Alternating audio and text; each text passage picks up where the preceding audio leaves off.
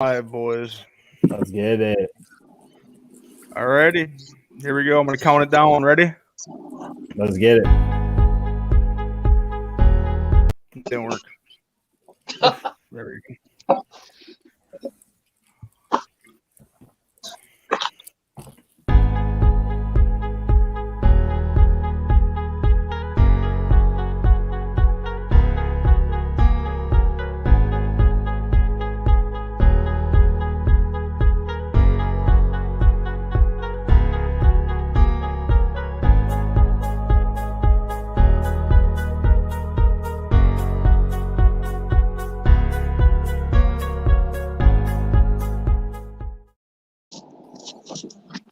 And welcome back to a brand new Pure Steel podcast. As always, I am Louis P. Schreier.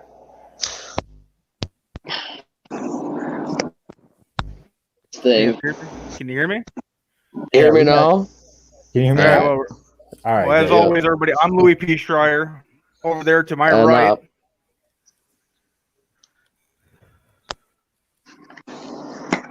I'm having trouble. I'm having trouble with my mic, so I'm gonna have to run it without one.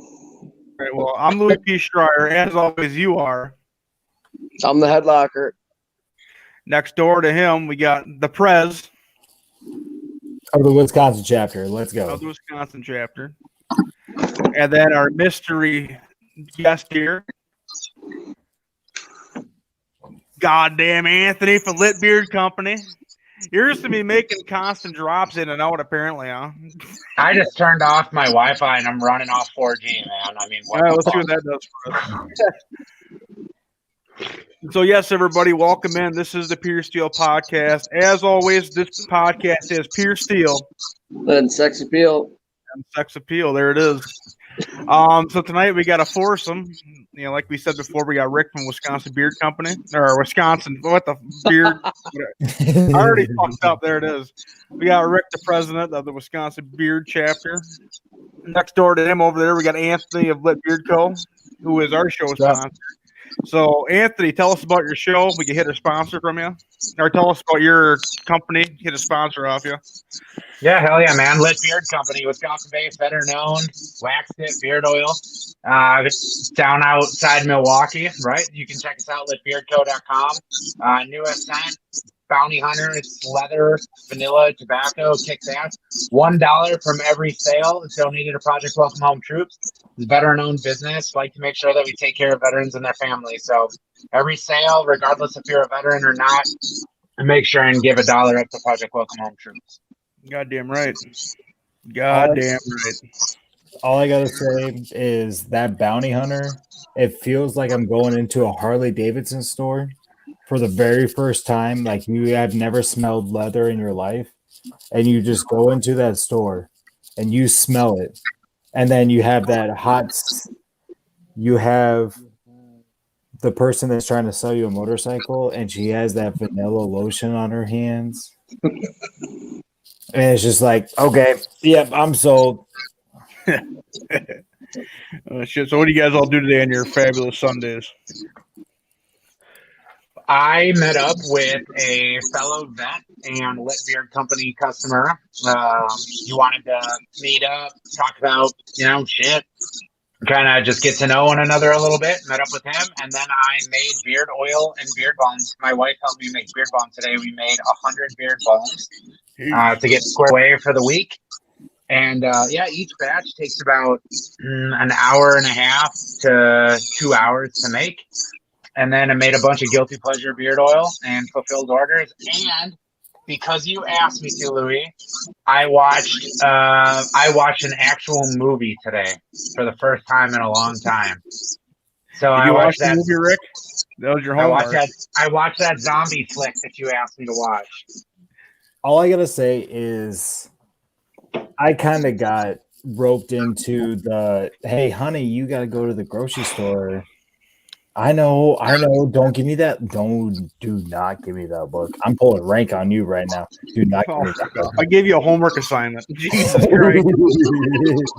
Hey, I'll tell you one thing. You fucking lied to me. You told me that was family entertainment. No, It was.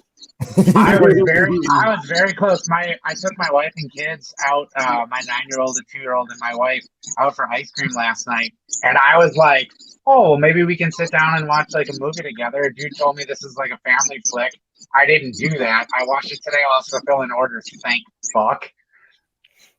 My 9-year-old has been terrified. Oh, no way. See, what was incredible about that movie was these fucking zombies were a community. And the sad thing was these zombies in this community live better than human beings do today together. And I thought that was the sweetest shit I've ever seen in my life. Go zombies, right? I think it's funny that you watched it and you saw like community and like they had pets, you know, they had a hierarchy, they had all sorts of stuff, man. They had a plan.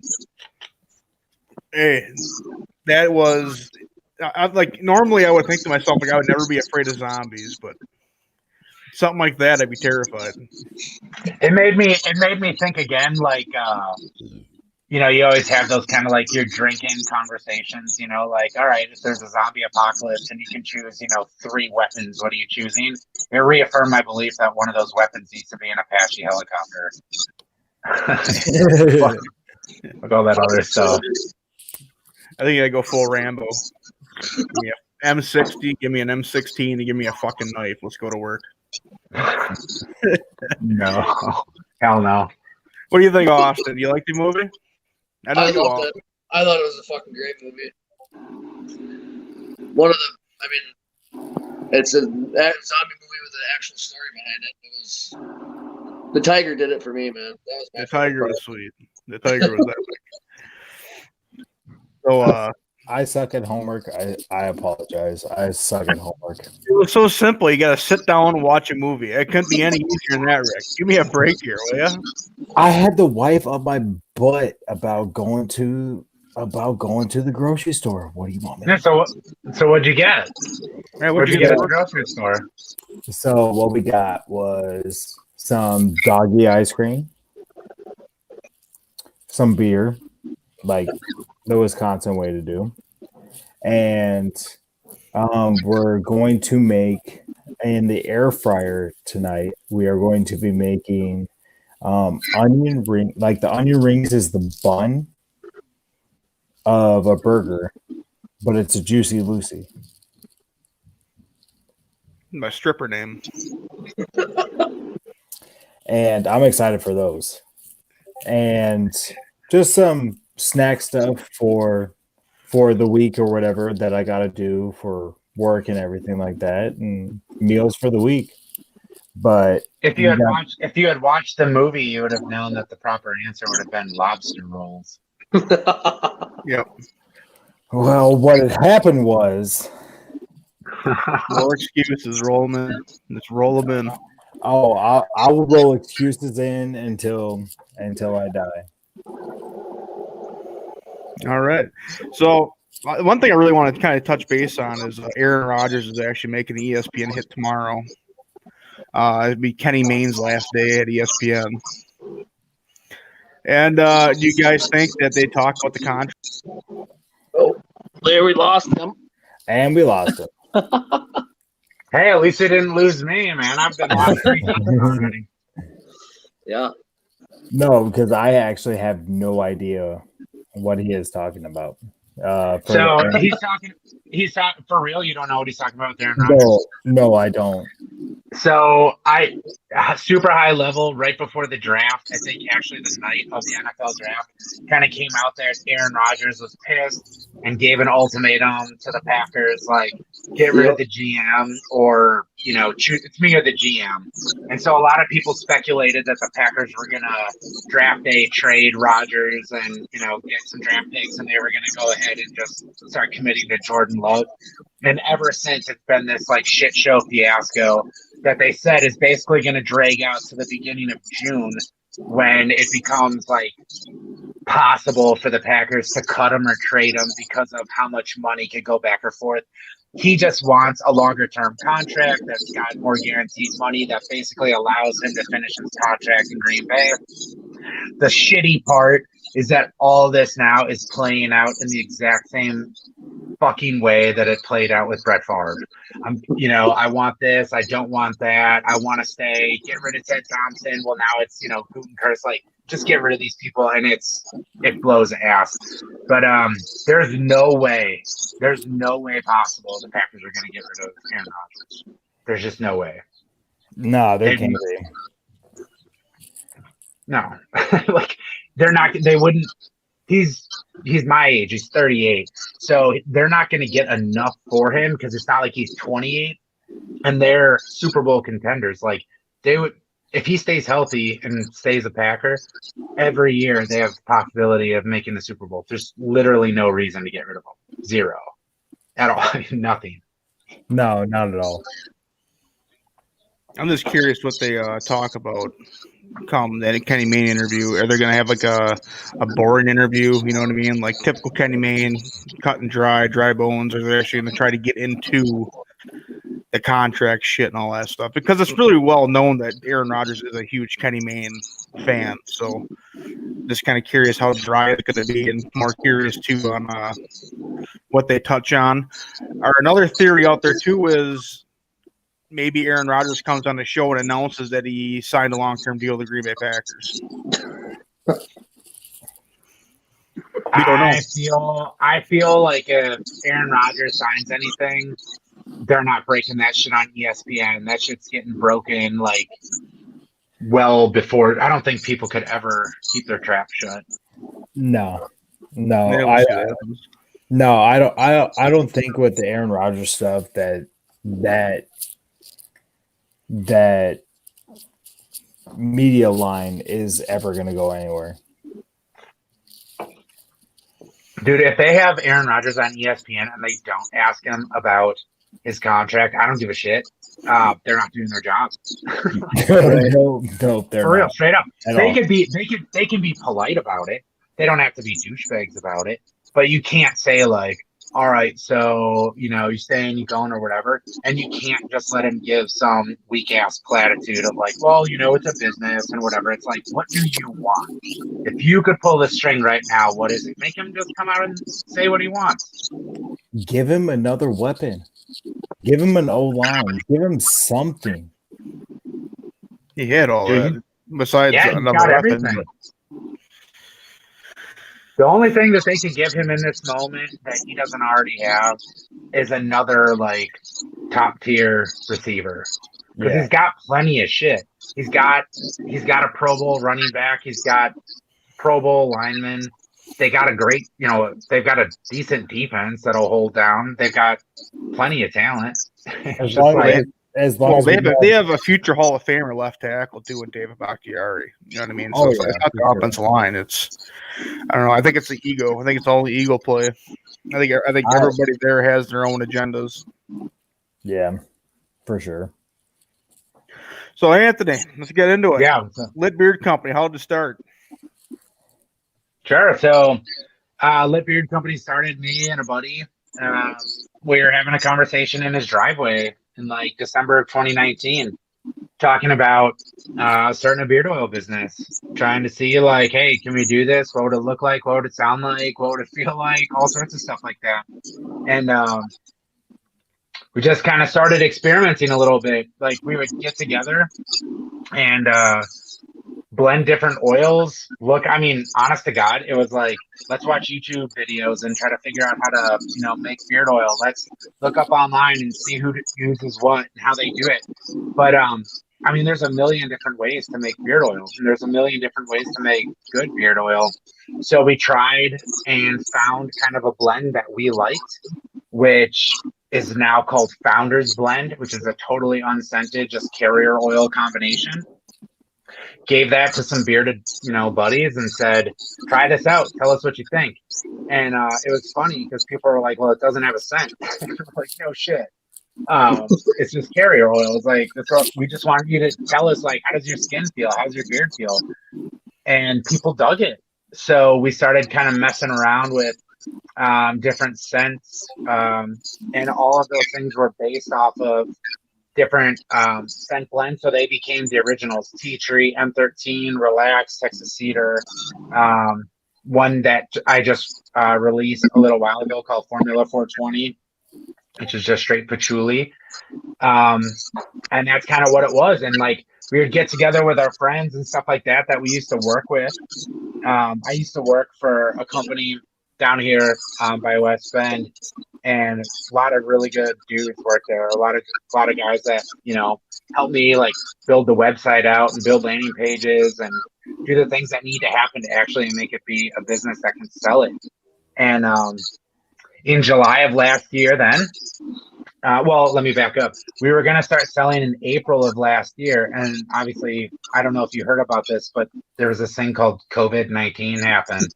And threw a wrench in everything, right? So this is the one thing that I feel I really messed up on, was like, all right, well, I'll just pause it and I won't, you know, I'll give it a little bit of time. I never should have done that. I should have just kept pressing, you know, ahead. So instead of launching in April, launch in July, July 4th weekend. And then in August, Labor Day weekend is when I really started to try to make more of a presence. And that's when I had created a scent called Wisco Whiskey.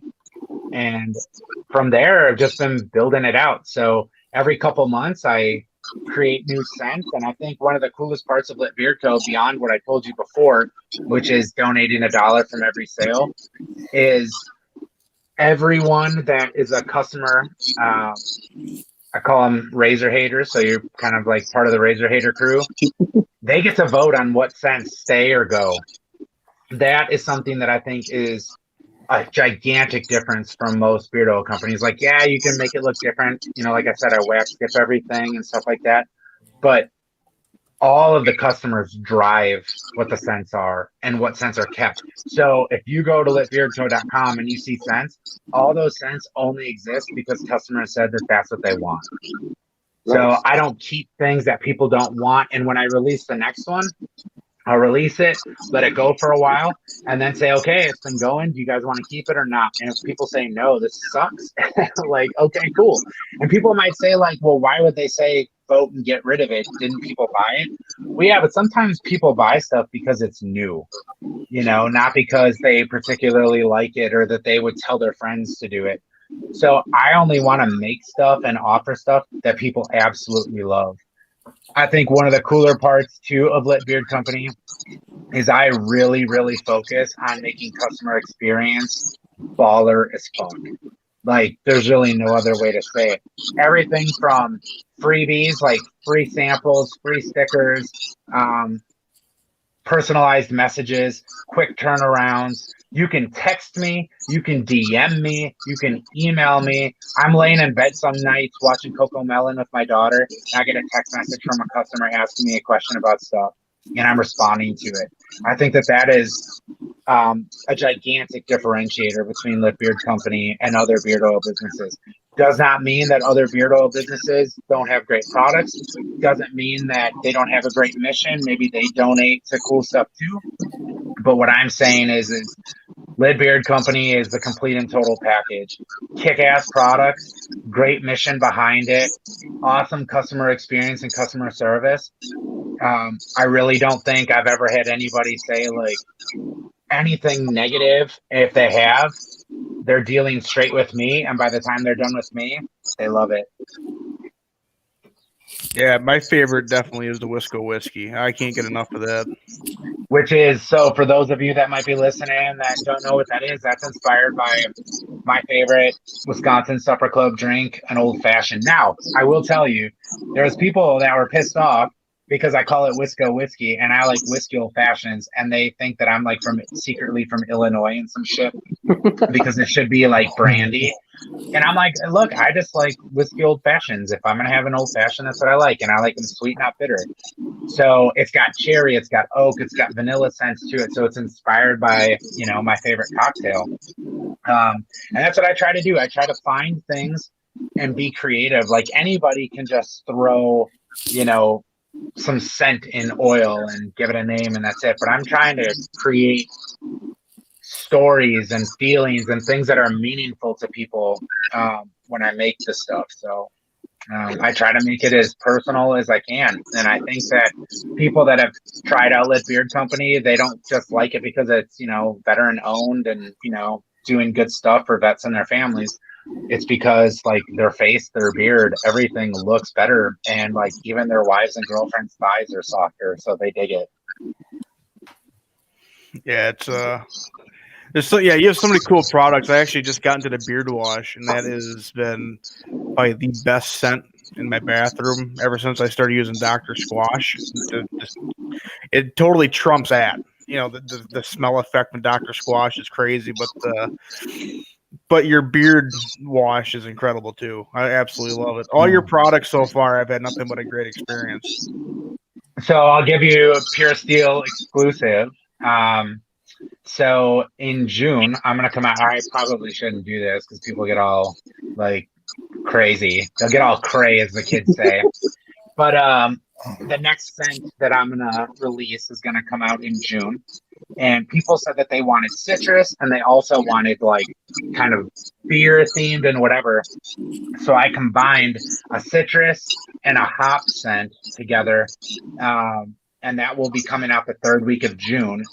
And then I will have the Scent Club, which I said if people, I put that out there during my Fresh Batch Friday live cast, and people said F yes, fuck yes, as a matter of fact, is what they said. You can swear, they wanted to try, fuck it. That's what they wanted. So that should be coming right around the beginning of July to coincide with 1 year of Lit Beard Company, being out there for people to buy. But yeah, it'd be awesome. Right now, the newest one is Bounty Hunter, and like Rick said, it basically is it's like a leather boner. So that's out there. That's out there right now. So leather, vanilla, and tobacco. It's pretty good. Like I said, I was just making it again today. On the balm, on your box you got, the tin. Yeah. Is that DQ on there? It is. I was just talking to him the other day, and I said like, can you like actually be a face to something? Like, can you? He can't. Like, why he won? He won the beard competition. He did. He did win the beard competition. But what I'm saying is that dude is. Oh, sorry. Had to swallow the beard a little bit. But what he was, he is that father figure that you want. And it's just like, I'm like, shit. He's the one that keeps me in line when I get too excited about something and I just start going like all the way over in right field. He keeps me in line, and he is that father figure would be the perfect thing because you don't have a better president and VP of the BRBC. Nobody looks as good as us two together. That enforcement. I was hoping in the beard competition there was going to be a head-to-head. Oh, I was hoping too, but you had Dano, you had DJ and myself in the first round, and DJ beat me out. Yeah, the president didn't win. Yeah, I got that. Blood sport. It was just a blood sport. I'll do it again. People loved it. Oh, I was full on ready for it. I was literally smack talking DQ and everything. I was smack talking D so much. I was be like, dude, if you and me get into the finals, you already know what's about to happen. You're about to get demoted and everything. Yeah, so I I had a ton of fun. So for people that might not know what this is, back during March Madness, I did kind of like a bearded March Madness, and people submit their beard photos to me all the time. I'm telling you right now, if I lost my phone and somebody was able to open up my phone, they would think I have a fetish for shirtless bearded dudes, because when customers send me beard pictures, I'm giving at least 75% of them don't have their shirt on. So I'm just like, what in the shit? So when I'm creating these like images for the website, I'm having to like crop the picture because, like I said, 3/4 of dudes don't have a shirt on. So I've had to, I mean, my wife's just like looking at me. I'm like, look, it's just shirtless dudes. Like, what do you want? But anyway, so I have all of these pictures and stuff like that. And so I put them out into a competition. I just made it head to head on Instagram, and it was amazing. I couldn't believe how much people like loved doing it. Every day, the amount of people that were voting. I mean, hundreds of people voting, and people, you might say like hundreds. Like, what's the big deal? But Beard Co. is just a small little business. Like, I do it out of my home. I have a regular full-time job, and I do Lit Beard Company after I'm done with work. So to have hundreds of people every day be involved and be engaging with it, it was fantastic. And yeah, so Rick was one of the shirtless bearded dudes when he submitted his thing. I was like, oh, okay, yeah, let's do it. And so I mean, it was all above the nipple, but still, I was like, oh, there it is. So yeah, fun story, fun fact.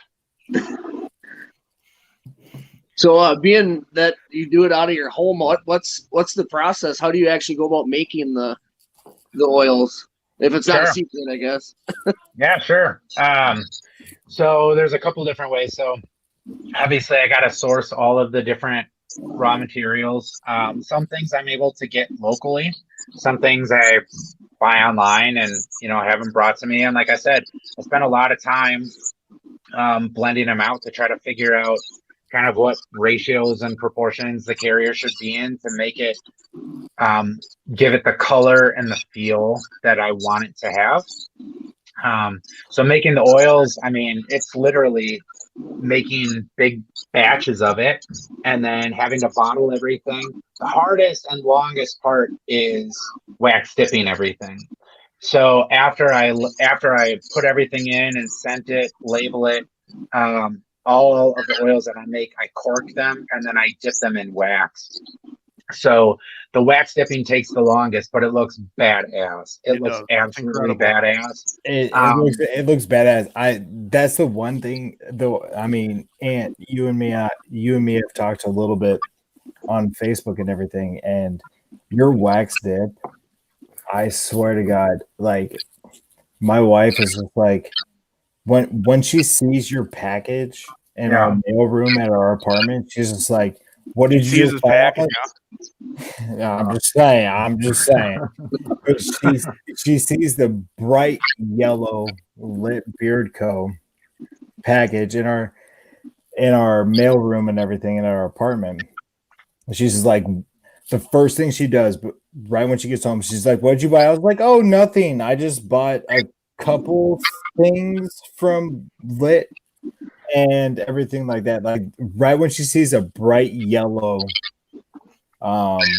package, the shipping box and stuff, with your shipping boxes and everything, it's just like the first thing she does is she texts me. She's like, "What did you buy?" I was like, "Oh, nothing. I just bought a couple things and deal with it." You're okay, but we'll be okay. So I got to tell you, people would be like, "Dude, it's just dipping a bottle in wax. Like, how hard could that be?" So I'll tell you, you have to have the right, and this takes a lot of time and effort and a lot of failing to get this right. So let me give you a little info. The temperature of the bottle, the temperature of the cork, the temperature of the label, and the cork, the label, and the bottle are all different surfaces. Mm-hmm. So when you talk about the temperature of the wax, you have to have a label and basically like surfaces that will take that temperature. If the wax is too cold, you can still dip it, but it'll be too thick. You won't be able to open it. If it's too hot, it'll be too thin. You won't be able to cover it. If you have the wrong, like basically label, I don't know, kind of like if you get it too papery or it doesn't have the right, coatings and whatever, the wax won't stick to it. Even if you wax dip it, you still have to find a way to open it. So like when I was trying to figure out how to do it, I mean, I was using hemp cord, I was using thread, I was using metal cabling. I was trying to jam a sewing needle through the cork to bring like hemp thread through to be able to bring around. Like I was trying to figure every different way to be able to figure out how to make something to be able to actually tear through the wax. But so after I do all that, of course, the wax dip, you've got to dip it a few different times to give it this. I like to make it or describe it like a chess piece. I like to make it look badass. It would be a great day for me if somebody said, I don't have a beard and I'm never going to grow a beard, but I bought that bottle of wax dipped beard oil because it looks fucking awesome and I just want to put it like on my shelf. Then the balms, I make like a hybrid balm. So some people like beard butter, some people like beard balm. I make a hybrid. So different butters, different wax, different oils, bring it together. And like I said, it takes a couple hours per batch. You've got to melt everything down. You've got to get everything just right. Then you got to freeze everything. And because I do this out of my home, I've got to coordinate with my wife to make sure that like where I'm doing this and like putting stuff up in the chest freezer and stuff like that. Like I've got everything squared away for hours on end. But when I say that this is a small business, you got to understand, I might be having to leave for a couple hours. Yeah, look at that. There's a wax dip right there. I might have to leave for a couple hours and say to my wife, can you please label the balm tin lids for me while I'm gone? Can you do this so when I get home, I can just knock this stuff out? And then, of course, one of the most time-consuming parts of the process is when I actually get an order. I hand write personalized messages to everyone, not only, thanking them for being a customer, but I like to tell them what song I was rocking out to while I fulfilled their order. So people might say like, what's the deal with that? To me, music is a universal language. So I want getting Lit Beard Company oils and balms and products to be an experience. And I want it to be something that there's a shared experience. And I think that one thing that is one of the most profound shared experiences is music. So many people have memories of, both good and bad that are tied to music. And so I want to say like, hey, I was rocking out to, fucking whatever, Sad But True by Metallica while I was making this. And if you like Metallica, it's automatically like a hell yes. I was rocking out the Crazy Train by Ozzy while I was doing this. People are like, hell yes. And every now and then I get some crazy ones in there too, like where people are just like, you were listening to Glory of Love by Peter Cetera. Like, fuck yeah, whatever. Like, gotta throw that one out there from time to time. I will say this about Metallica. I have a love-hate relationship with Metallica. Why? What the fuck is wrong with you? Why would you say that? I know. All right, just hear me out right now. I know I got two of you guys on my Facebook right now. My baby mama's godfather is James Hetfield. Okay, this is a good start. So It should be all love then. No, and see, this is why I like the love-hate relationship with Metallica. Because her experience with our daughter and everything like that took a downslope. So that's why I have the love-hate relationship with Metallica. Did you get to meet James? Yes, I did. Did we get an autograph, or what's going on with that? No, I wasn't pestering him about it. When I met him, he is the most down-to-earth guy you will ever meet. What year did you meet him? 2012. So you were Okay, sober, so right? like, yeah, so like he not was sober. not what's up, motherfuckers, James Hetfield, but like what's up, friends, James Hetfield. Exactly. And at one of his shows that my baby mama went to and everything like that, he actually looked at her one time. He was on stage and he looked to the left and saw her in the outfit that she was in. And he literally walked over to her and be like, "You got one of two options. You either change your outfit or you have got to get out of this stadium right now." Why? What stadium? It was in Minneapolis. It was the Metrodome.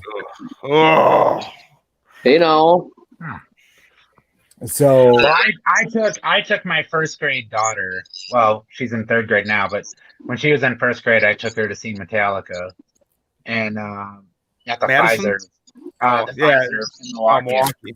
And there were 4 songs that she wanted to see played that night. She wanted Seek and Destroy, she wanted Master of Puppets, she wanted Creeping Death, and she wanted Battery. And she got all but Battery. And I remember where, they play for, 2.5 hours or whatever. She's about an hour and a half in, and she's like, "Daddy, can I close my eyes?" I didn't take her down in the pit, right? We just got seats. And I'm like, "Yeah, kiddo, you can close your eyes." And she's like, "Okay, but if they play Master of Puppets or there's fire, wake me up." I was like, "All right." I was like, "No problem." But yeah, it was great. She got to pick out her own little tour shirt and stuff like that. So her first concert ever was Metallica, which is That is awesome. That's a life exchange experience. That's a badass kid, Anthony. So what's funny is, let's tie this back into Lit Beard Company. My James Hetfield action figure, and I stress action figure, is on my workbench. He's on like the shelf right above. So he oversees the production of every Lit Beard Company product, as well as every Lit Beard Company shipment. My first Metallica concert, I was in 8th grade. It was Valentine's Day of '97. They played at the Bradley Center in Milwaukee. It opened with So What. So if you can imagine, I had just turned 14 a couple days earlier. The first Metallica song I ever hear is James Hetfield, yelling into a microphone, "So fucking what?" Like, all right, let's buckle up. And all I gotta say is, when you were at that concert, do you know how old I was? Do I know what? Do you know how old I was when you went to that concert? No. Well, what had happened was, you said 1997, right? Yeah, I was in 8th grade. I was 6 years old. I'm making you feel old as hell right now, bro. Yeah, word. And he was 5. And he was 4. Austin is 3. He's a young buck. I had to think about it. You know what, Dawson, our ex helper in the show, he wasn't even born yet. So he wasn't even born come September 11th. That's how young he was. Oh man. For real? For real. All I gotta say, okay. I was a freshman in college when that shit happened. That's why I joined the military. Yeah, I was just gonna try to tie that in with that.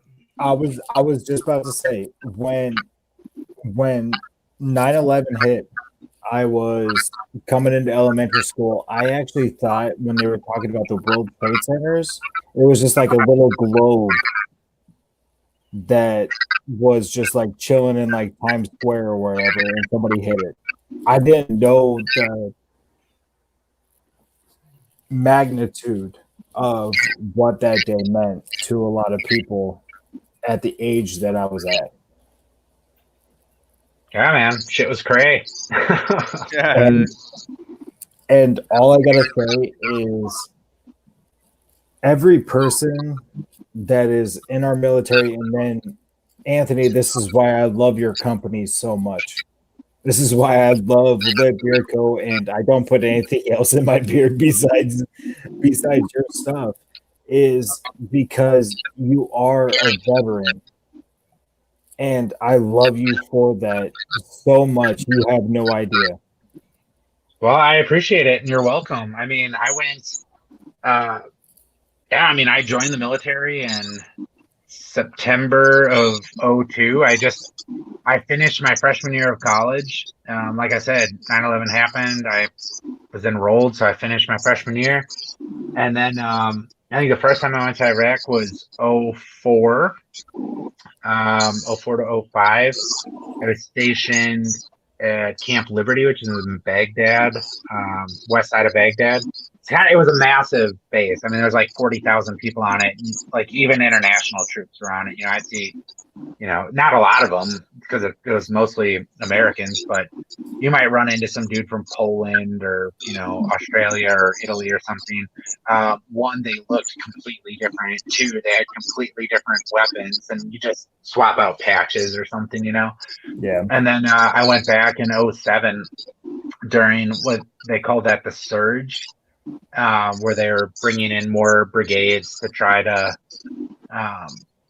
kind of squash the insurgency, right? So they surged more, and then instead of just staying on massive bases, they would have some units actually like stayed out in the community, right? So that's where you started getting a different set of tactics to the strategy. But I was in the infantry, so I did kind of like a glorified police officer, go out on patrols, go out on, cordon and searches, go do that sort of shit, go do, whatever, just kind of go out into the community. But yeah, I mean, I was a young buck back then, so So it was a different time, So I heard from a little fairy up here that my secretary in the Wisconsin chapter was at the same base as you were. When? In Grady? 04 or 07? It was Grady. I don't know. I mean, we might have been, without a doubt. I mean, like, my first base that I was on was 40,000 soldiers. And like I said, I mean, one of Saddam's palaces was on the base that I was on in Baghdad. When I went back in '07, that base had, don't quote me, right, but I feel like it was like 30,000 people on it. Yeah. And only like 2,000 people would go. They say it was called like going outside the wire is what we would say. That just means like you would leave the base. So you'd say like, wow, there's 30,000 people on a base. Well, yeah, I mean, it takes a lot to support those that are going outside, right? I mean, you need mechanics, you need people doing payroll, you need people doing armorers, you need people that, I mean, it takes a lot to support, people that are going out. So those bases were massive, absolutely massive. And then, of course, you always had people that were on tiny ass bases. Like, I felt bad because they'd be eating like MREs every day for months. Like, I stayed on bases where, we had like proper facilities and flush toilets and stuff, So did you ever go inside one of Saddam's palaces there? Say again? Did you ever get to go inside one of Saddam's palaces? Oh, hell yeah. So on my first deployment in the green zone, there was, I forget why we had to do it. I think our battalion commander or something had a meeting or something. So we drove down to the green zone, and it's like one of Saddam's presidential palaces right in downtown Baghdad. Like the banquet room was a cafeteria. And so you get to go in there and like see, you're walking down the hall, like small chandelier, gigantic, small chandelier, like gold trimmed doors, like very ornate woodwork, like also, marble floors and marble walls. There was like I said, there was a palace on the base that I was at. I think they called it the Water Palace, completely surrounded by water. I remember my first deployment, we convoyed from Kuwait to Baghdad. So we had to drive, basically Baghdad. Let's just say that's in the middle of Iraq, and you're driving from Kuwait up in convoys. There were times you'd see some of his palaces that you're passing, like from other cities. And they're just fucking gigantic. You have poor ass people. They look like they're pictures from your Sunday school leaflet, and then you have these massive palaces and stuff like that. There was also a place during my first deployment, where you would get a leave to go home, but they also gave you like a 3 or 4 day break, and some people would go to Qatar or Qatar, or however the fuck you say it. Well, I didn't go there. I went to a base in Baghdad that was an old Republican guard or one of his son's palaces or something like that. And I remember it had a 10-meter high dive on it.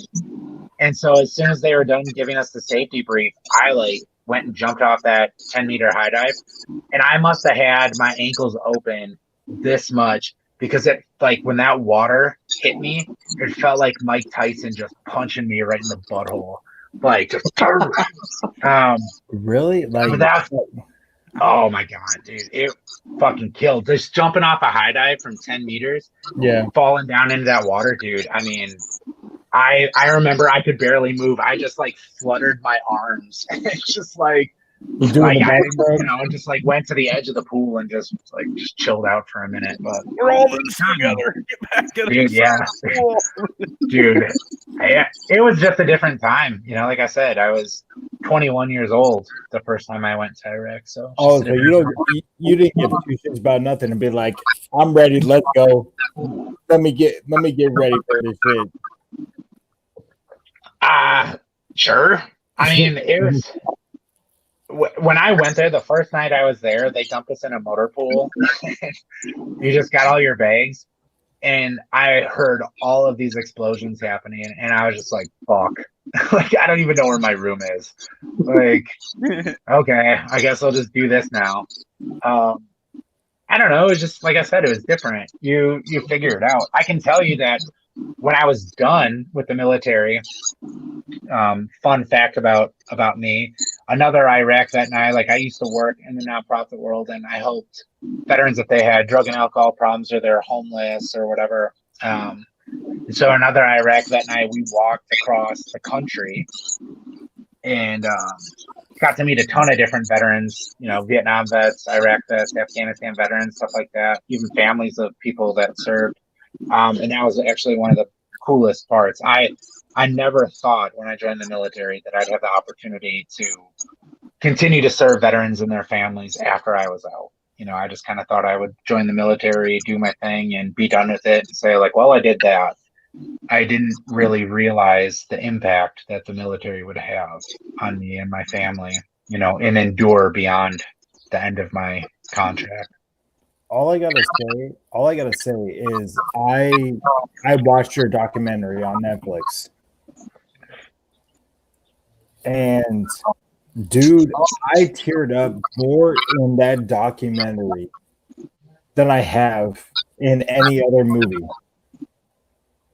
that I've because I'm a huge Marvel fan, and with the trilogy that they had with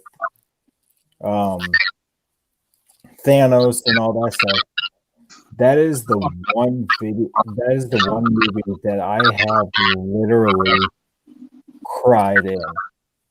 Just your journey that you did across the nation thing.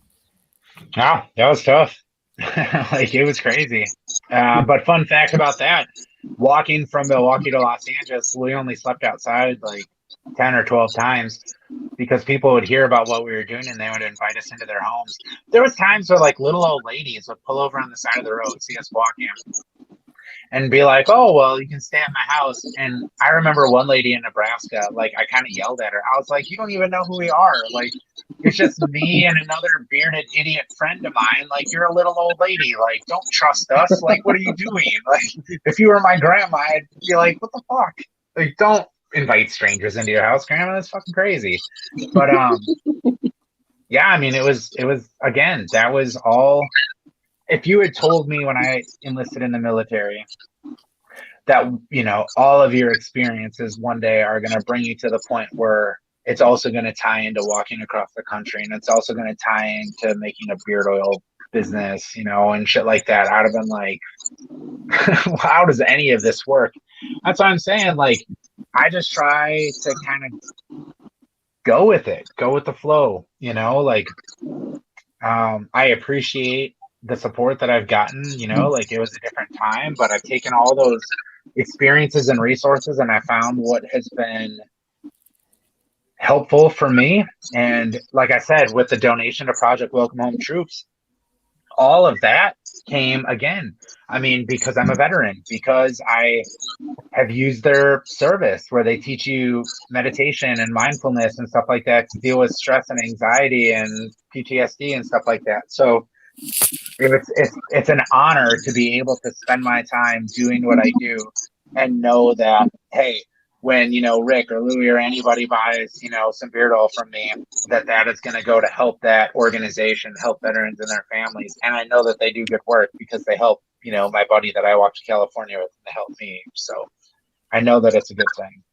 All I gotta say, I mean, I know I talk a lot, but I talk a lot. that's what I'm saying. But every single time I message you on the Lit Beard Co. Facebook page, you try to message me every single time. Yeah, totally. And 100%. And I love it, bro. Like, you have no idea. Like, once I get your message, I'm like, oh my God, I'm talking to Anthony right now. I feel like I feel like a schoolgirl watching Backstreet Boys back in the 90s. Like, every time you message me, All right. and All right. even when you come into the Discord for the BRBC and you put like, "Ayo, I'm here." Yeah, sure. Like, what's Yeah, up? sure. Like, I try to hit you up as much as I can Yeah. because you're a role model to the guys that are just like, we're just here for the time being. And what Just you, here's what you find. yeah, I know you say that a lot. Don't even try me. But what you represent is so much more than just a beard oil company. And I will tell you that straight up and straight out, because I actually get to have a conversation with you and I can actually see you. You represent more than a beard oil company. You represent, I will straight up say it, you represent America of what we do. Wow. Okay. All right. You There it represent like I put it in the books, write it down, do whatever you need to do. You don't care, I'll take it. because I've heard your story. I've heard everything you've gone through. And it's not going to stop me from buying your beard oil, because I got a couple little things that I am ready to buy, but the wife is going to kill me if I do it. But Hey, man, just make those grocery store trips, man. that's what I'm saying. But dude, you hit it right on the noggin. You're doing everything personalized and everything in between. I think I try to be who I am and be real.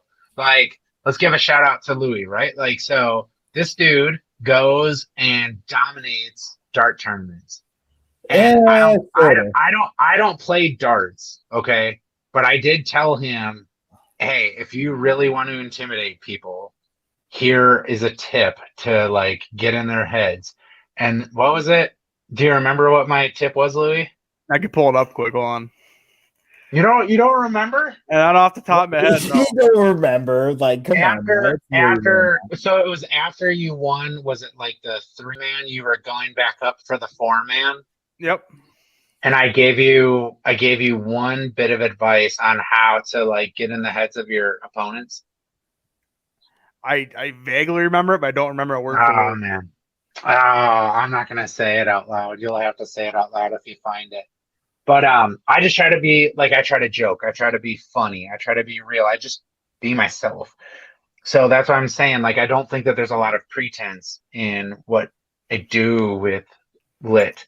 You know, I go and I work all day. I mean, legitimately, I go and I work, and then I come home and I see my kids for 30 minutes. And then I go and I do 40, 50, 60 hours a week on top of my normal full-time job doing Lit. And it's a big sacrifice, but it means a lot to me to do it. Because we get to, do good for a lot of, people. And then on top of it, like, it gives me, how do I say this? I said, like, we kind of started it during the COVID shit. It was kind of like almost like a way to cope with the just absolute insanity of 2020. Like, this is something that we can control. You know what I'm saying? Like, you can't do fuck all with anything else happening in the world, but here's something that we can make. Here's something that we can, do with people and just be a part of and not worry about any of this other shit. And I think that people were really lacking true connections with people, and they were really looking for something that brought them in to something in 2020, as opposed to kind of like keeping everything on the periphery. And so to have like real connections with people, and to your point, be able to text me or hit me on a DM and actually talk with me and have like that personal connection, as well as, like I said, handwritten notes. And don't get me wrong, I'm not saying that having something pre-done and just doing it as an insert isn't something that's cool too. But I think that taking the time to actually write something, like put pen to paper, is, you don't see that a lot anymore. And I think that people take that as a sign of quality and kind of character of the business too. And anybody can do it, but very few people do. It's just like being in the military. It's open to motherfucking everybody. Very few people do it. Any fucking business can take the time to handwrite you a note. Very few do. And there's a reason why. And so the implication or the inference you draw from that action, that's on you. But it's open to fucking everybody if they want to do it. All I gotta say is, I will say this, Anthony, and my wife, every single time, by technicality, we're not wife, husband by paper, but she's just like, when she sees that bright yellow box in our mailroom, she was my package. Yes, sir. Oh, I love that package. You know what I'm saying? I love that package. Speaking of packages, I don't want to cut you off, Rick, but Anthony comes out and tells me it'd be Sunday morning before the 4-man tourney begins. If I was laying in bed, by the way. He says, smash your trophy. Say this doesn't mean shit. You really came here for the 4-man, and make sure you and the other 3 guys all have noticeable boners. Let's get it. That's what it is right there. Yeah. I mean, if you want to get into the minds of your opponent, smash your trophy and do it with a boner. Oh, I don't know, man. I think like the Mike Tyson is the way to do it. You just stare at the guy, and if that guy looks away first, then you know you're going to win. That's good too. I'll tell you. So, like I told you my age, I'm 38. I have loved the first pay-per-view I ever bought for myself was a Mike Tyson fight. Is Mike Tyson versus Lennox Lewis. Mike Tyson got beat. I don't remember 4th round, 5th round, 6th round, or whatever. But I love Mike Tyson. I love it. Like, he's fucking insane. The dude is, not, a perfect dude or anything like that. But those ESPN like 80s boxing throwbacks are watching this dude literally punch somebody out of a ring. He's 19 years old, beating the shit out of full-grown men as a world heavyweight boxing champion. 19 years old. 19 years old. That's just it. I mean, granted, like I said, the dude's crazy. I mean, he'll say he's crazy.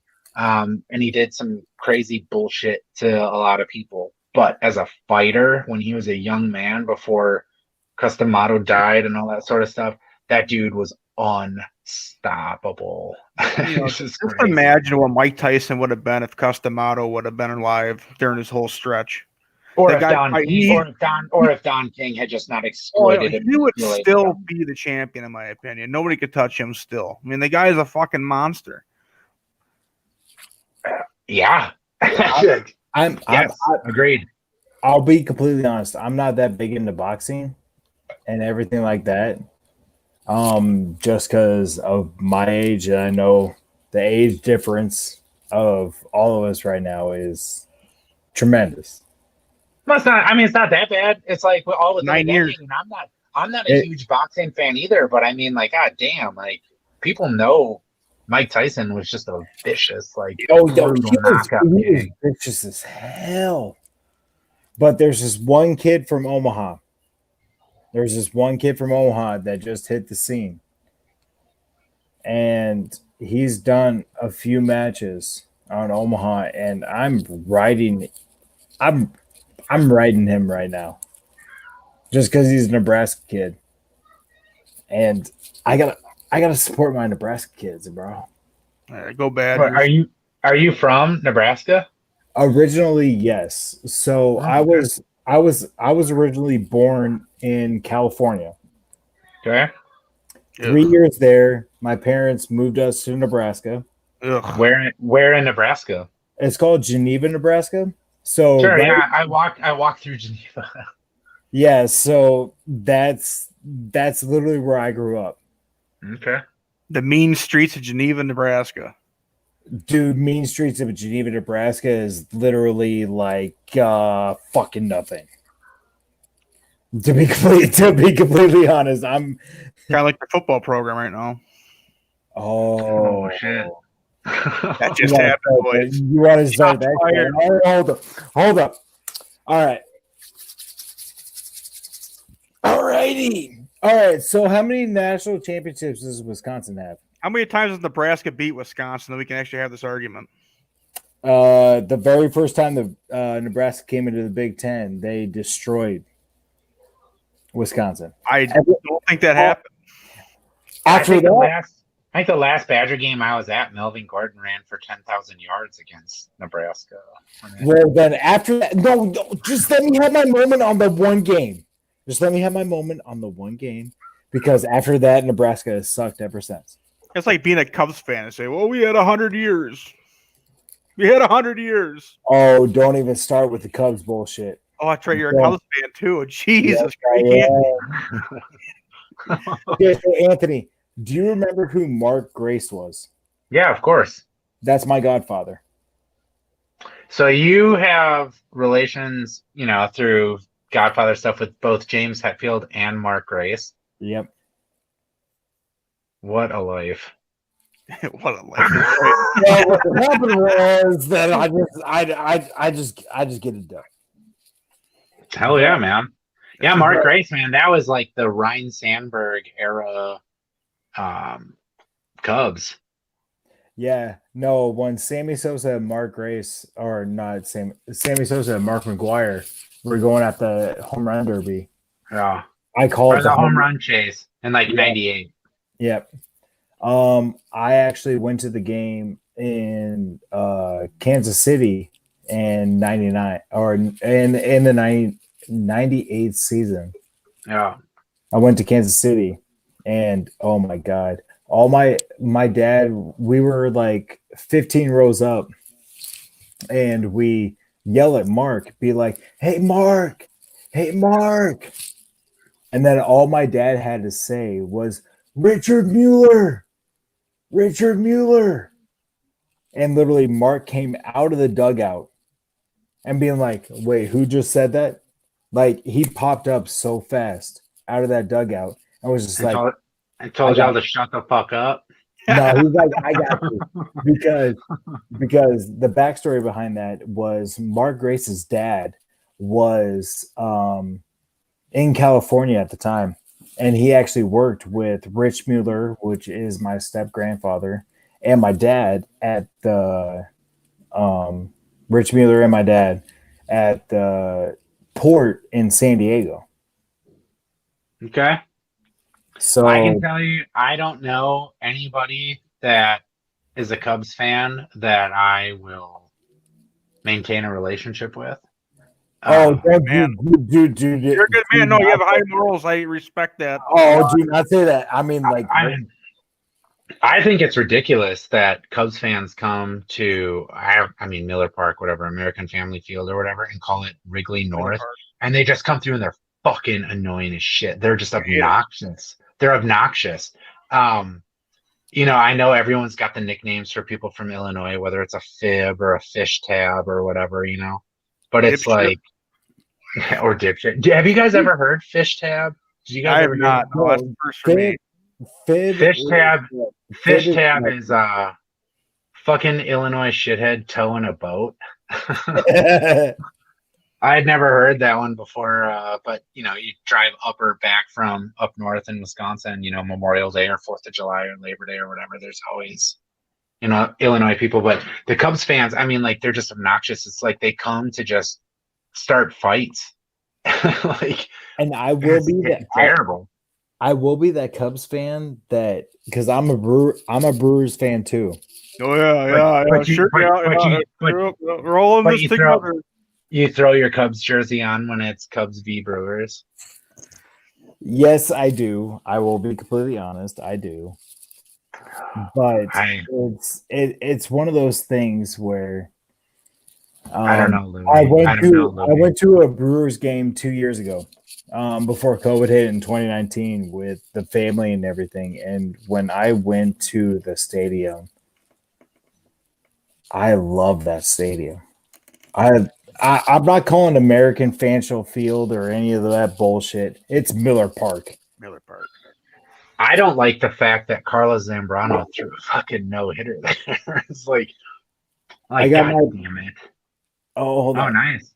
I got my Prince Fielder. I got my Prince Fielder up there. I am a Brewers fan as well. I know we are rivals and everything like that. I've heard the whole entire 9 yards of it. But it's one of those things where with baseball, you can go to any stadium at all. And once you feel that atmosphere of everything, you're just like, shit. Yeah, you become a fan. You become a fan of that one team. park I want to go to. What's one park you want to go to? Fenway. Oh God, I want to go to Fenway so bad. That's the Lambeau Field of baseball, boys. That's that's a treasure. Yeah, or the original Yankee Stadium if they hadn't torn it down. That was a good place for it. Oh yeah, that would have been a good one. But I actually call me sentimental or whatever, but I feel like there's some stadiums where it's just like the Fenway, it's like, or even like Wrigley. To an extent where it's just like you really shouldn't ever get rid of it. Just make the improvement, do your thing.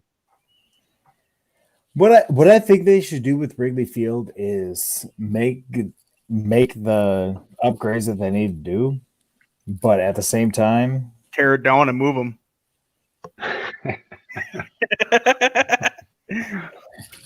Well, what happened was just because I don't have pit vipers, that's why I'm not fucking. I can't just throw the shades down. I thought it was bullshit that they put up obstructions so people on those like apartments and whatever couldn't go, and they used like 9/11 as their justification for doing it. We got to have security for this, and it's like. That was part of the aesthetic. That was part of the feel. That was part of like the vibe of going there. Like that was part of what made it unique.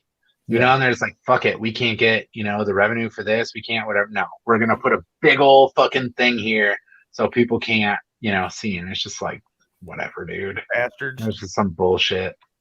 All I can say is with all the sports things that are going on now with time, I want all of us. I mean, all three of us are in the Wisconsin chapter and everything like that. I want everybody from the Wisconsin chapter to come to Madison. We try to find the Airbnb. We rent out the whole place. We have everybody grilling out. We bring beer. Anthony brings out some new beard oil that we're just like, all right, let's do it. I'm down to clown, man. I'm good to go. I'm good to go. Madison's kind of like is it the middle point of Wisconsin that we're kind of looking for and everything? Is Madison kind of like that middle point for all of us? I think it is, but I think the true middle point of Wisconsin is like the Marshfield area, which there's Or not like there's not fucking doing Marshfield. Stevens Point, some shit. Well, Louis, you're in La Crosse, right? I'm in Westby, which is about 30 miles west of or east of La Crosse. Okay. Rick, you're in Sheboygan? Yes, sir. So I live in Kewaskum. So I'm like 30 minutes away from Rick. So yeah, we're on the east side of the state. I mean, Madison's tight. I mean, there's a lot to do down there and stuff like that. But I I'm think cool. we should go I'm catch cool a with hockey rally game. and shit. Goddamn Badger hockey game. We all Sure. Yes, that is what we want to do. Because Sure. I'd be down for that. Louis, you were the first one to come to me with that. And I was so down because I love hockey. I'll make a promise right now. Okay. I'll make a promise right now. If this happens, I will go. Assuming that there's not something where it's just like I can't move it, fucking COVID-20. Right. But mark my words, if we do this, I will make a custom t-shirt. Louis, I will make one for you too. Of that shirtless Rick image that he sent me, and I will have that printed on the shirt. Fucking go. Plain white t-shirt, nipples up, picture of Rick. I'll have it printed off and we'll wear those. It'll be the BRBC Wisconsin chapter, shirtless Rick, crew. That is great. I'll do it. Fuck it. Mark my words, man. I'm telling you, that's what's gonna happen. I'll take out a fucking bank loan if I need to produce enough of these shirts. Fucking awesome. Bribe somebody to fire them off from the t-shirt cannon. So it's like 10 random people in the fucking crowd got to wear them too. Fucking right. That's awesome. Great, right there. Strong. We went to a Badger hockey game last year, and I just, there's something about hockey in Madison that is just amazing, especially in the wintertime. We got there early. We went to like the bookstore and all that stuff, and then we actually walked down. I was at State Street down to the Capitol, which was just amazing. The aesthetic of Badger hockey, man, is just something else. Yeah, word for sure, for sure. I dig it. I've never gone to a Badger hockey game, but I mean, anytime you're around the campus, like there's just a great feel. I mean, it's always a lot of fun. You go and see a Badger game, whatever. It's always fun. Oh man, Badger football. I went to my first Badger game 2 years ago now. They played Central Michigan. They just fucking blew them out. I got to see Jonathan Taylor, sorry. Yeah. Go off on Central Michigan. It was just a blast. That was usually like Wisconsin put up like 76 points on all Michigan schools, and then Michigan scored like 14. I think the first Badger game I went to that I remember at least was Ron Dane era Badgers against Iowa. I forget what year it was. I think it was 97. Iowa had Tim Dwight, that white wide receiver who was like just a fast as shit, like kick returner. But that was the year that Ron Dane was just, fucking Ron Dane, right? So that, and then, like I said, the last Badger game I went to was, oh shit! Now, it was the game that Melvin Gordon ran for like 450 yards against Nebraska. That was the last time I went to. It's a good game. good game to go to. It was. Yeah, it was great. But yeah, no, for real. I mean, all jokes aside, if something's put together where they want to get BRBC members to go to a Badger game or something, yeah, I'd dig it. And I see now too, like BRBC is trying to recruit to get more people and stuff like that. So that's cool. Yes, they just want to build it out and expand it out. That's good stuff. Yeah, we are actually up to something. We can't say what it is, but we are up to something. I am a part of this chat with Rick and DQ, and we are up to something. So very much so. It's gonna be a good one. We can't drop any hints yet, but it's gonna be pretty fucking sweet. It's gonna be dope. But what I can do, I can drop other hints to what's going to happen to the show, and that hint may lie within of something we're talking about here. But on June 5th, we have September Morning coming on the show, lead singer, Emily Lazar. Check them out on iTunes and all that. The band is incredible. It's definitely new style metal rock. It's a lot of fun. She has an incredible voice. Fun. They're very easy to listen to. Very easy. You sent us a couple links or whatever in our chats or whatever, and she is phenomenal. Yeah, she is. And then coming up soon too, we also have Gerald Mershart, the third UFC middleweight. He's going to come on the show, which I'm really excited for. I'm a UFC nerd, so we have Gerald coming on the show. And we also have some other things working out now too. We have the lead singer of Tantric coming on the show. Tantric had a couple big songs a couple years ago. They're really fun band. I remember seeing them open up for some bands that I saw back in the day, man.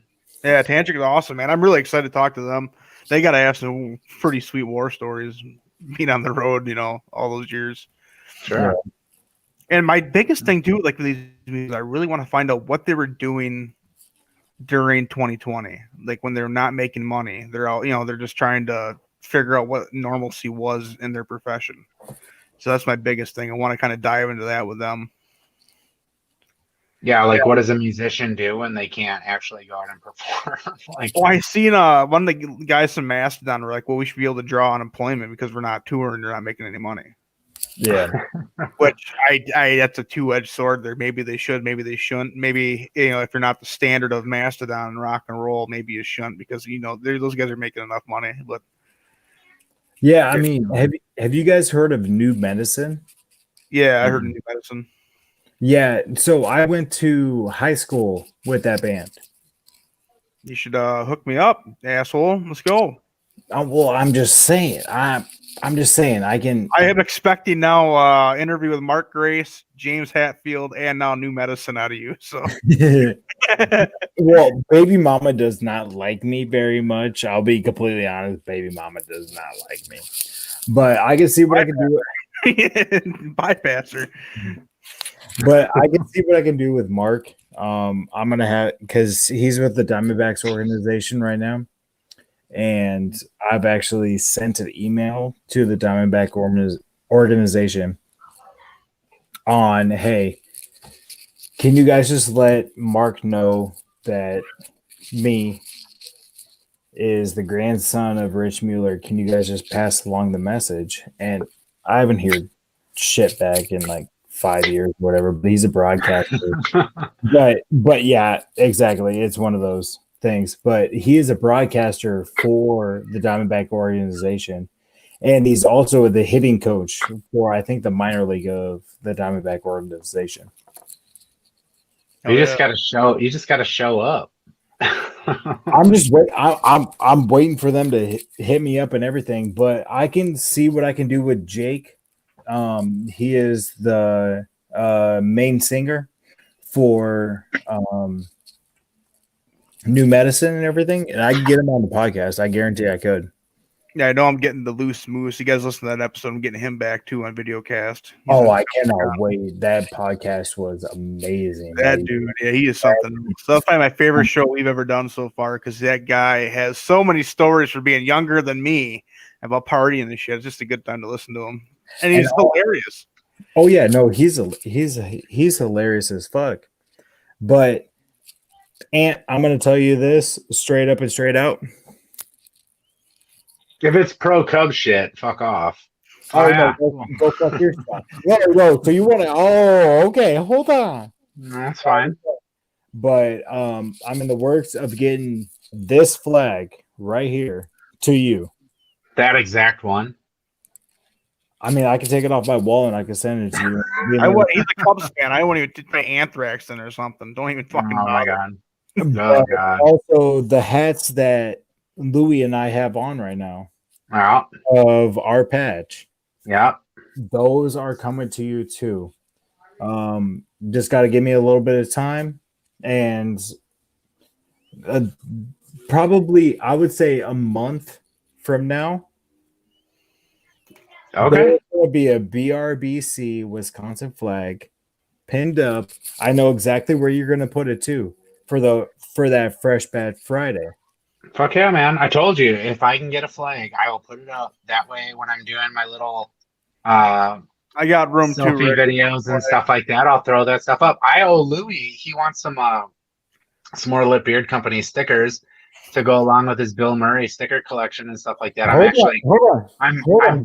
I'm jelly AF of the Bill Murray stickers. I got more coming, dude. Oh yeah, there you go. There's the new one. There's the new one. There's Yeah. the new one.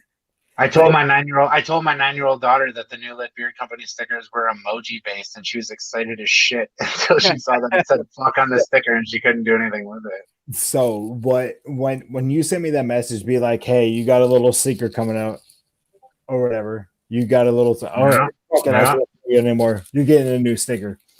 Yeah. And this is the sticker that I got. Yep, that's it. And there's gonna be some new ones coming out too. And when the Scent Club launches, I'll have all new shirts and all sorts of stuff, man. All I gotta say is the fabric that you got for your shirts. Oh my god, bro. Yeah. It's good shit, man. We don't like I'm telling you, here's another fun fact. Every cent that comes into Lit Beard Company is either donated, right? Because $1 is donated to Project Welcome Home Troops. Otherwise, every cent goes directly back into the business. Every cent. Every one of it. So improving the quality of the labels, buying additional products, buying additional scents so I can sit there and experiment and do whatever. Buying good quality shirts. I don't fuck around and get cheap shit. I don't charge people for shipping. So I mean, it's like I do everything I can to make, like I said, the Lit Beard Company, like the total experience awesome. So awesome shirts, awesome labels, awesome bottles. I want to get more cool swag stuff. Like I said, I put free stuff in every order. So I do not mess around. I try to make it as badass as possible. And that's not me knocking like other companies. It's just saying like other companies might say like, hey, you need to make a business to make money. Well, yeah, I mean, I would like to make, this be my full-time job someday. But right now, like my primary goal is making sure that every person that buys from Lit Beard Company is like, I don't want to buy from another beard oil business. Like, this is amazing. Like the quality of it, the look of it, the feel of it. And that's why, like, when I get text messages from customers and they're just like, this is amazeballs. And I think like, I'm just a bearded idiot making beard oil in my basement, and firing these things off. Like, that's awesome that people have that, kind of love for the business. But that is your signature saying right now is amazeballs. that is your signature. That is your signature saying. So what I'm thinking right now, and this is off the top of my head, is the new sticker that you came out with that you sent me. You put amazeballs instead of Lit Beard Co. You put hashtag amazeballs. Hashtag amazeballs. So funny that you should mention slogans and sayings, right? So for the next shirt that's coming out, I said, hey, this is going to be a shirt that I want to get everyone's opinions on, right? So I sent out a survey for people to come out with what the slogans on the t-shirt should say. I cannot emphasize enough how I could sit there myself and just come up with everything on my own and do my own thing and whatever. I see now more than ever the collaborative sense and stuff like that, where people are like, hey, I'm doing this and I'm, doing this with my friend or whatever. I want everything with Lit Beard Company to be collaborative, not just 1 cent here, 1 cent there. I'm like, well, what do you want the shirts to say? What do you want the scents to smell like?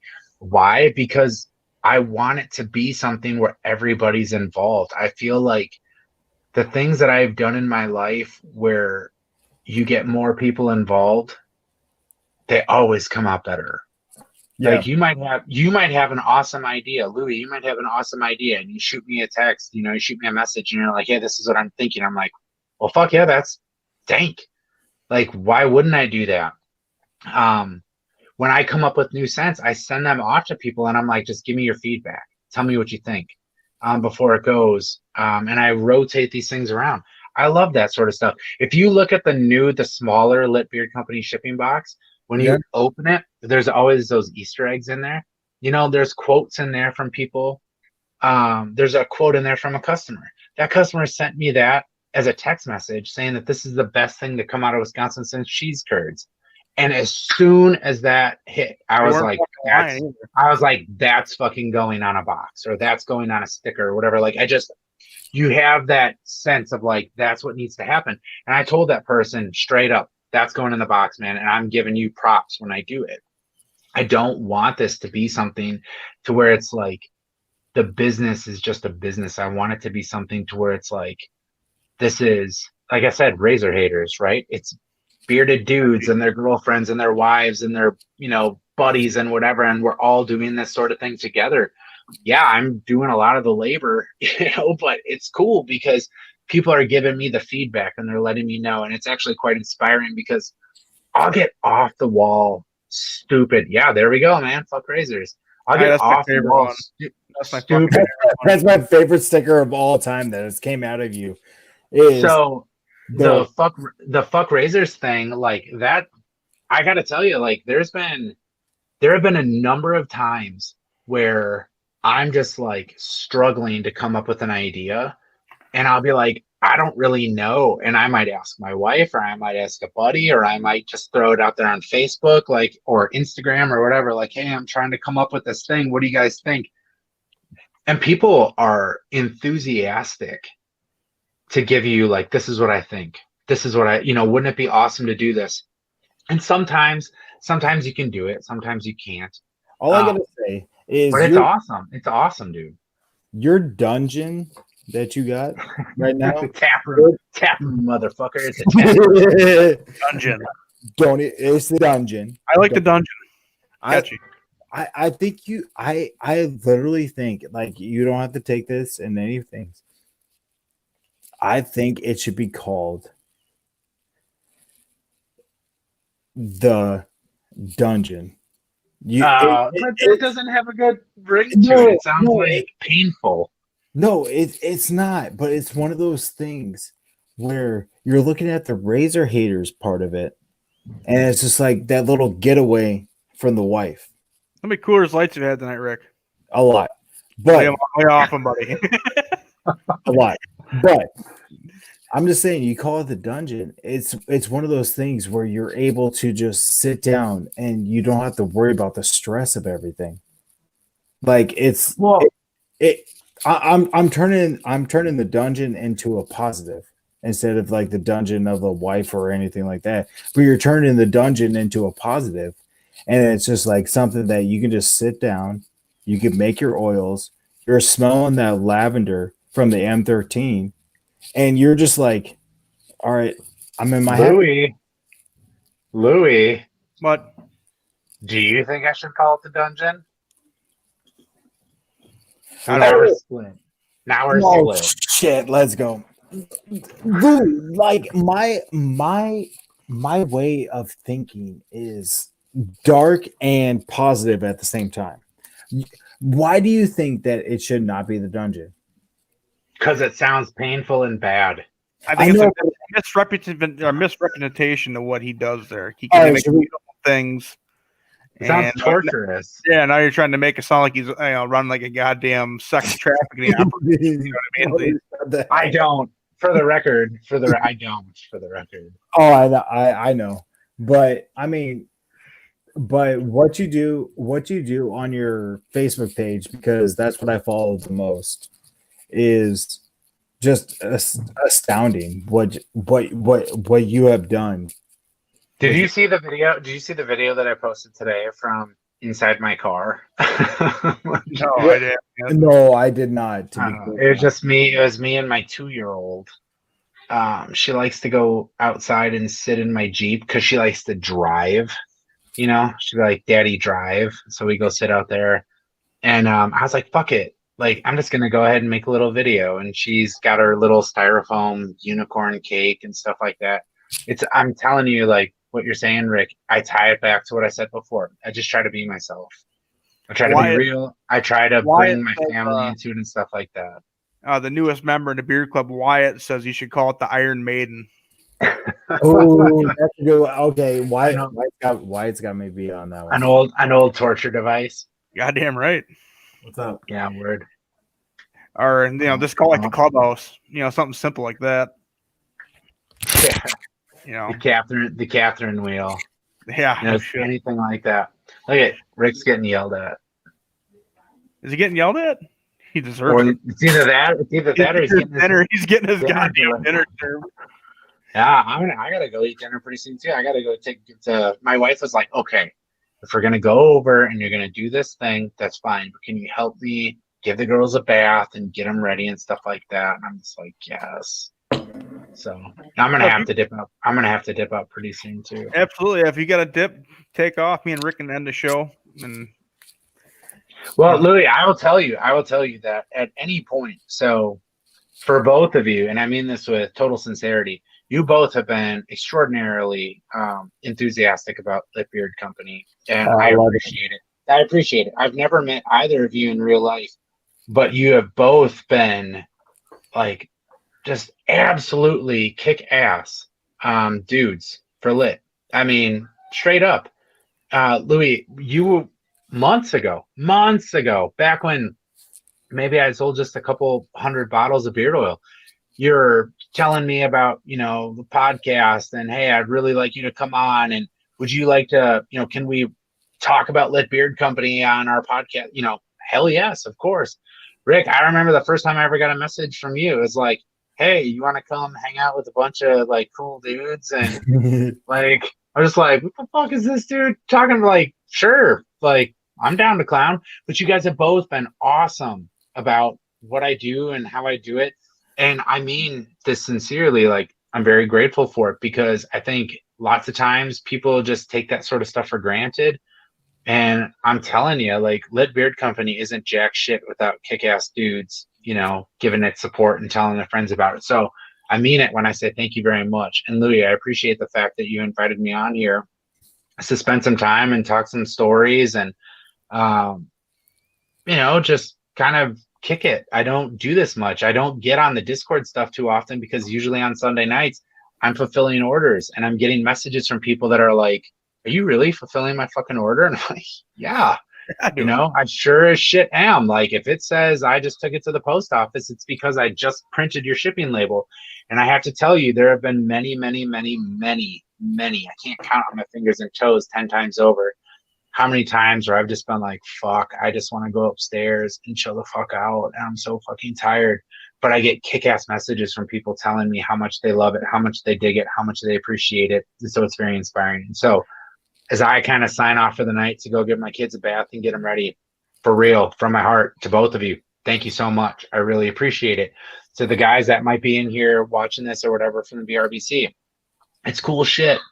I love it. I love, the opportunity when I get into the Discord server to come in there and say hello, hear some crazy shit about how like dudes working and like there's a goddamn robbery at his place, like working shit like that. Like, it's just crazy. Or Louis, like, just being able to have you say like, hey, is it cool if I put Lit Beard Company on my t-shirt that I'm going to wear when I go to my dart tournament? Like, fuck yes. Dude, that caught so many eyes. Of course. Like, I had like 4 or 5 people walk up to me like, are you guys throwing for Lit Beard Company's dart team? And I was like, well, kinda, we're kind of all in this together, Yeah, I mean, I mean it. Online all the time. And I was like, hey, it's the best shit in the world. Check them out. I fucking love it. And I got to toss in the promo code STEEL for 10% off your first purchase. But yeah, I was disappointed. I was disappointed in myself that I did not take the opportunity to take your invitation to be able to come out and bow hunt out by you last fall. I tried so goddamn hard to find time to get out there. But I mean, even that was cool. Like, I'd never met you, and I'm sitting there saying like, yeah, I'm trying to figure out a place to bow hunt. And you're like, well, you can come out here and fucking kick ass out on the west side of Wisconsin. And I was like, fucking A. So fellas, Ridges over here. Fellas, I appreciate it. Louis, anytime I can come on here and spend some time with you, I'm more than happy to do it. Rick, as always, thank you so much for the support you've given and bringing me into the BRBC, introducing me to a lot of these dudes and the support I get from you guys. I look forward to being able to make a cent, for BRBC Wisconsin. I mean, straight up, like, it might kind of sound cheesy, but hey, I'm from Wisconsin, so I'm down with the cheese, right? It would be straight up an honor to do it. So we gotta come up with something. we will. We do gotta come up with something. And So the scent's gonna be a cow shit and cheese, right? No.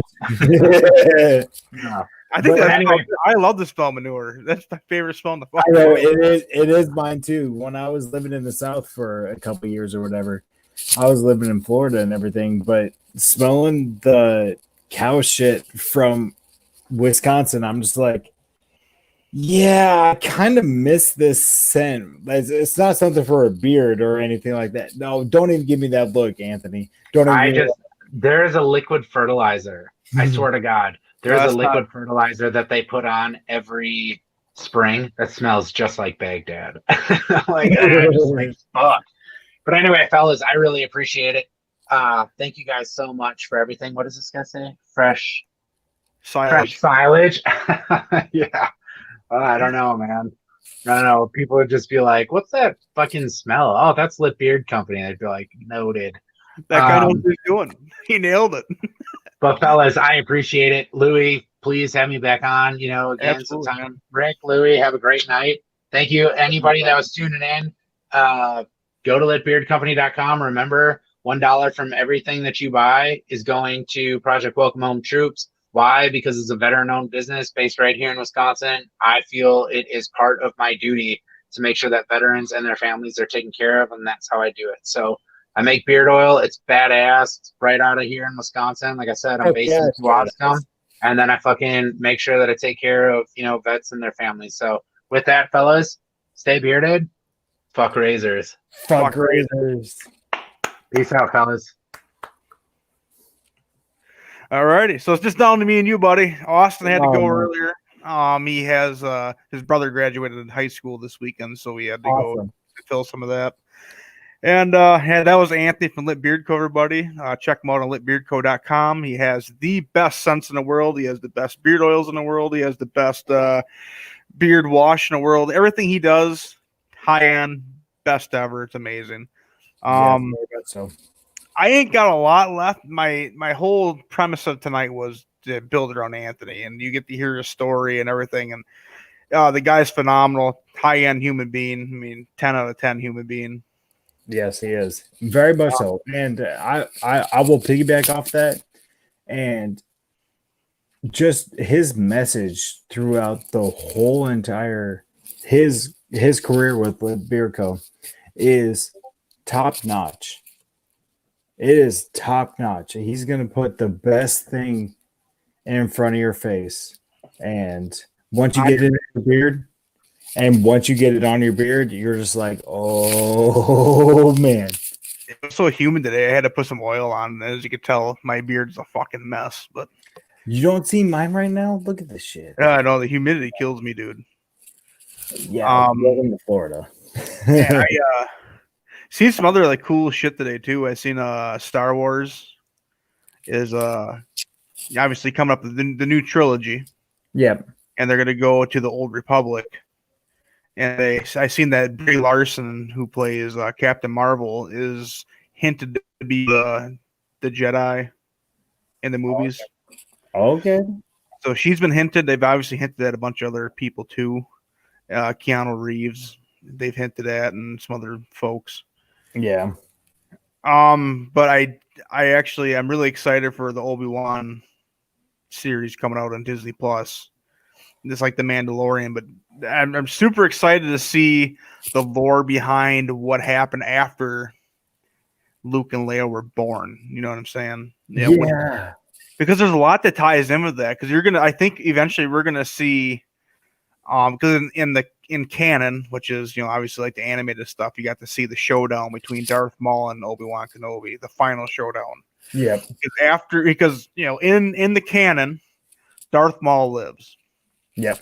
So, obviously they're playing off canon now because they introduced what's her name from the canon series in the Mandalorian. Yep. Ahsoka Tano. Yep. And there's so much they could touch on that, man. And then there's supposed to be a spin-off series too with Obi-Wan, and then a group of other people too. that's just me. And so I'm so excited for what's coming here for Star Wars and the universe, and obviously Marvel. They released their whole lineup for the next couple of years. Yeah. Oh man, I'm just so excited, and yeah, it's just there's a lot going on. There's a lot more I like to talk about, but I actually want to play some Warzone tonight with a friend who's on this show with me. So, well, I got to eat some dinner too, and I know exactly who you're talking about. And let's get into some Warzone action. all right, so I'm gonna have you do Austin's part. If you listen to the show, you should know what your job is here. So this is Louis P. Schreier signing off for the podcast tonight. And as a guest tonight, Rick, Wisconsin president, is with me. And as always, this show is pure steel. Oh, it's the sex appeal part. Yeah. Why don't we redo it? We can redo it. Oh, yeah.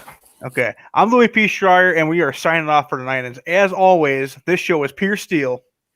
And sex appeal. Goddamn right, boys. This is our first video cast. I'm so excited. I had you and Anthony on my first video cast. I know, it's awesome. Oh, I really do like this. Oh, let's wait. I got to show this. Oh, shit. He's at work tonight, so he can't come play with us. But hell yeah, I'm really excited to get out, for the future of the video cast for the show. I hope it builds us a little bit more. Hey, make sure to be a friend, tell a friend, everybody who listens and finds it.